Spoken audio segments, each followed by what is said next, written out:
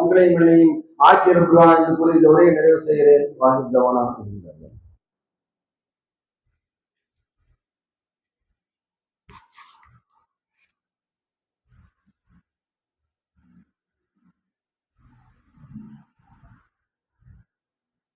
அல்ஹம்துலில்லாஹி ரப்பில் ஆலமீன் வஸ்ஸலாத்து வஸ்ஸலாமு அலா ரசூலில்லாஹ்.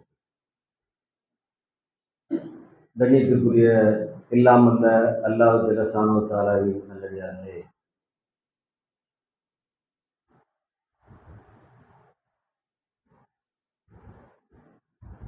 நம்முடைய நாட்டிலே கடந்த காலங்களிலே கல்வி என்பது ஒரு குறிப்பிட்ட சமுதாயத்திற்கு தான் உரியதாக மக்கள் மத்தியிலே பழக்க வழக்கத்தில் இருந்தது. ஒவ்வொருத்தருக்கும் ஒவ்வொரு வேலை, ஒவ்வொரு சமுதாயத்திற்கும் ஒவ்வொரு வேலை, அந்த வேலையை வைத்து அந்த சமுதாயம் அடைமொழியோடு அழைக்கப்பட்டு வந்தது. இந்த சமுதாயமா இவங்க தான் இந்த மாதிரி காரியங்களை செய்யணும், முடிவெட்டக்கூடியவங்க இவங்க இந்த சமுதாயம், மீன் பிடிக்கக்கூடியவங்க இந்த சமுதாயம், குதிரைகளை பயிற்றுவிக்கக்கூடியவங்க இந்த சமுதாயம், கழிவறைகளை சுத்தம் பண்ணக்கூடியவங்க இந்த சமுதாயம், இவங்களுடைய வேலையே இதுதான், இவங்களுக்கு படிப்பு கல்விலாம் தேவையில்லை, கல்வி படிப்புலாம் யாருக்குன்னா அது இந்த சமுதாயம், அந்த ஒரு குறிப்பிட்ட சமுதாயம் மட்டும்தான் அந்த கல்வியை கற்பாங்க, அவங்க தான் படிப்பாங்க, அவங்க வேலை ஒன்றும் செய்ய மாட்டாங்க, அவங்களுடைய வேலையை படிக்கிறது தான். இப்படி ஒரு காலகட்டத்தில் இருந்தது. அதன் பிறகு மற்ற சமுதாய மக்களும் அவங்களும் கல்வியை பெறணும், படிக்கணும், ஆர்வமுடையவர்களாக இருந்த காரணத்தினால எப்படியோ கஷ்டப்பட்டு வெளிநாடுகளுக்கு போய் எடுத்து படிச்சு அப்படி வந்த அந்த தாழ்த்தப்பட்ட சமுதாய மக்கள், கல்வி புறக்கணிக்கப்பட்ட அந்த சமுதாயத்தை சேர்ந்த அந்த படித்தவர்கள் என்ன பண்றாங்கன்னா, நாம படிச்ச மாதிரி நம்முடைய சமுதாய மக்களும் படிக்கணும், அதுக்கு ஏதாவது நம்ம வழிவகையை செய்யணும் என்பதற்காக நாடு சுதந்திரம் கிடைத்த பிறகு கல்வியில் பின்தங்கி இருக்கக்கூடிய சமுதாய மக்களுக்காக ஒரு இடஒதுக்கீடு முறையை அறிமுகப்படுத்துறாங்க.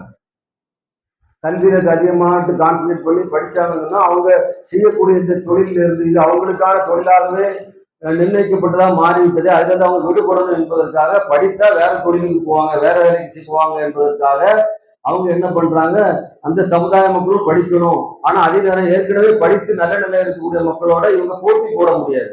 அவங்க ஏற்கனவே காலகாலமா படிச்சுட்டு இருக்கிறாங்க, அறிவோடு இருக்கிறாங்க, அவங்க கூட இதுவரைக்கும் படிக்காத இந்த சமுதாய மக்களை கொண்டு உட்கார வச்சா 2 பேரும் உணவனும் நல்ல கால உணவோடு ஓட்ட பிரதேசத்துல ஓடினா யார் ஜெயிப்பா?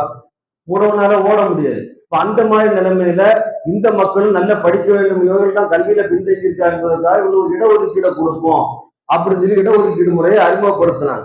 ஆனா அறிமுகப்படுத்தினாலும் அந்த இடஒதுக்கீடு முறை சரியான முறையில மக்கள் மத்தியில பலனை அளிக்கல, சரியா சென்று சேரல. அவங்க ஒரு குத்து மதிப்பா ஒரு ஆளுக்கு இடஒதுக்கீடு, இந்த சமுதாயமா இவங்களுக்கு இவ்வளவு, அந்த சமுதாயமா அவங்களுக்கு இவ்வளவு என்று சொல்லி ஒரு சரியான ஒரு கணக்கெடுத்து ஒரு சரியான வழிமுறையில அந்த இடஒதுக்கீடை கொடுக்கல. நமக்கு நம்ம பார்த்தோம்னா தமிழ்நாட்டுல முஸ்லீம்களுக்கு 3.5% கொடுத்துருக்கிறான். நம்ம என்ன தமிழ்நாட்டுல 3.5% தான் இருக்கிறோமா? அதோட அதிகமா தான் இருக்கும். நம்ம 7 காங்கன்னு சொல்லி இன்னைக்கு வரைக்கும் கேட்டுக்கிட்டு இருக்கிறோம். அப்போ இந்த மாதிரி ஒரு சரியான ஒரு வீதாச்சார அடிப்படையில இடஒதுக்கீடு கொடுக்கல. அப்ப அப்படி கொடுக்காத நிலைமையில சில மாநிலங்கள் என்ன பண்றாங்கன்னு சொன்னா, அந்த மாநிலங்கள்ல சில சமுதாய மக்கள் அதிகமா இருக்கிறாங்க, ஆனா அவங்க இடஒதுக்கீடு கம்மியா இருக்கக்கூடிய காரணத்தினால வேற கல்வியில முன்னேற்ற சமுதாயம் அதிகமான வேலை வாய்ப்பு கொடுக்குறாங்க. அப்ப அந்த மாநிலங்கள் என்ன பண்றாங்க, நம்ம ஒரு ஜாதிவாரி கணக்கெடுப்பு எடுப்போம், அப்படி எடுத்தோம்னா எவ்வளவு மக்கள் ஒவ்வொரு ஜாதியில இருக்கிறாங்களோ அது மதமும் வந்துடும், அந்த முஸ்லீம் இஸ்லாமும் ஒரு மதத்துல ஒரு ஜாதியில வந்துடும். அப்ப அந்த மக்களுக்கு தகுந்த நம்ம இடஒதுக்கீடு கொடுத்துடலாம் அப்படின்னு சொல்லி அவங்க முயற்சி பண்றாங்க. ஆனா இன்றைக்கு ஆளும் மேல இருக்கக்கூடிய அரசு அதுக்கான முயற்சி எடுக்க மாட்டாங்க. ஏன்னா அவங்க அதை விருப்பப்படக்கூடியவங்களா இல்லை. அதையே காரணம் வைத்து பல மாநிலங்கள் அவங்க நமக்கு அவங்க தான் செய்யணும், நம்ம செய்யக்கூடாது அப்படின்னு சொல்லி அதை தவிர்த்துட்டே வர்றாங்க. தமிழ்நாடு உட்பட தமிழ்நாட்டுல கூட என்ன சொல்றாங்க, இந்த சமூக நீதி அரசுன்னு சொன்னா கூட அது சமூக நீதியை பேண்டதுக்கான முயற்சியை பண்ணாம நாங்க ஒன்றும் பண்ண முடியாது, அவங்க மேல ஒரு அரசாங்கம் தான் இதை செய்யணும் அப்படின்னு சொல்லி தவிர்த்துறாங்க. ஆனா அதையெல்லாம் மீறி பீகார்ல ஜாதிவாரி கணக்கெடுப்பு எடுத்தாங்க. அதுக்கு பிறகு கர்நாடகால எடுத்திருக்கிறாங்க. இப்ப ரீசெண்டா தெலுங்கானால எடுத்திருக்கிறாங்க, எடுத்து அறிவிப்புல வெளியிட்டாங்க. அப்ப இது இப்படி எடுக்கிறது மூலமா என்ன நன்மைன்னா, யார் யார் எவ்வளவு இருக்கிறாங்களோ அதுக்கு தகுந்த மாதிரி வேலை வாய்ப்பு, கல்வி எல்லாமே அவங்களுக்கு கிடைச்சிடும். இவங்களுக்கு சரியான முறையில கொடுக்காம அதிகமான இருக்கக்கூடிய மக்களுக்கு குறைவாட இருக்கக்கூடிய மக்களுக்கு அதிகமாட்டும் போய் சேராது.